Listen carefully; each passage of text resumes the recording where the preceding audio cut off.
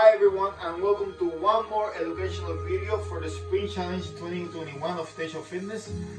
This one is going to be about lats and core exercises, and another section that I'm going to have some progressions and variations of back and rhomboid exercises.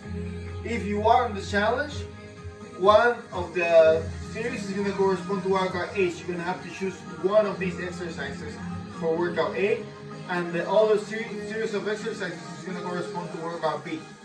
So the first thing we're going to do are the lat and core exercises. I'm going to give you 5 progressions of exercises that you can do. The first one, which you could do for time, and I'm going to show this in another video, is a walkout to plank. Basically, you go down, you touch the floor, and then you walk up, you get to a full plank. Then you walk back up, and that's one. What you're doing basically is pulling the floor with your hands as you get into the plank position. You want to make sure that you're not here, because otherwise your lats are not working. You turn the pull here, so this is engaged, right? And your butt is low, abs is engaged. That's going to be for time. That's one thing you can do. If you want to make it a little harder and actually make the lats work more, you can do it by doing a full plank. As you can see again, my hips are not like, my butt is not pointing up or lying down. It's completely straight, and you're going to do walkouts with the hands and walk back in. This second progression is going to be called walkouts from plank. If you want to make it even a little harder, you can use 2 towels. If you have tile or wood floor, this works. Otherwise, you're going to have to buy sliders. It doesn't work on the rug. Oh, well, on the rug, you can use like those foam plates. They slide well on rug. So you have your hands here, right? Your legs are straight. See that the feet are a little bit separated? And that, once again, my hips are not here or here. So you're going to slide and pull in, slide and pull in. So you're literally pulling with your lats on the floor by sliding the towel there. That's another exercise that you can do to work on your lats. If any of this is too hard, another exercise that you can do for a similar purpose can be starting from child's pose. My feet are behind my hips. My hands are down like in a child's pose. Then from here, all the time my toes have been curled, so I'm not pointing my toes. My toes are like this on the floor, right? I go up into a downward dog position, and I pull the floor down, and I land in the full plank. I push up, butt goes up, knee goes down, and rest. Up, pulled, up, knees down, rest. That's the easiest version. This can progress into 2 animal flow variations that work on hip extension by pulling on the floor again to use your lats. If you start on something called loaded piece, you will be in the same child's pose position, but all your weight is on your feet and your knees are on the air. See? Right here, I can move my knees. They look like they're on the floor, but they're really close. Just 1 inch away from the floor, not on the floor. From here, you go up, and you pull on the floor again.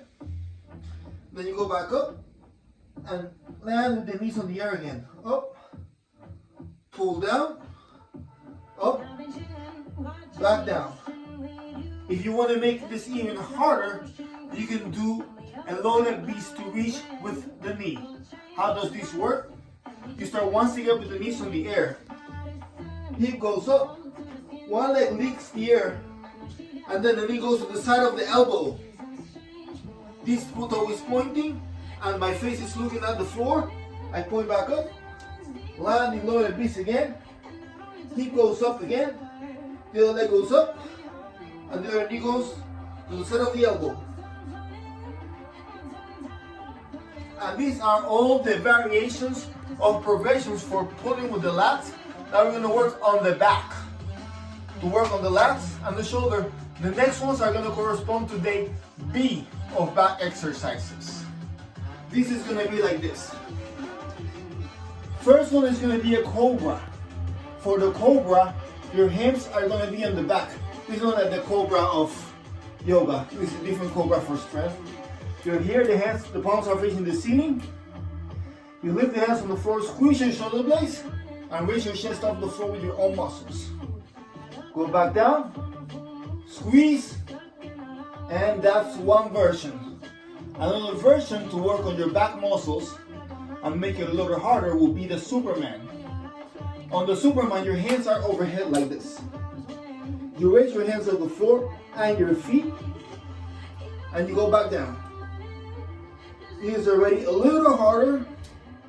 To make it harder, you can also do it alternating, which means one hand stands on the floor and then the opposite side of your right hand, for instance, lifts up. If I lift my right hand, my left leg goes up.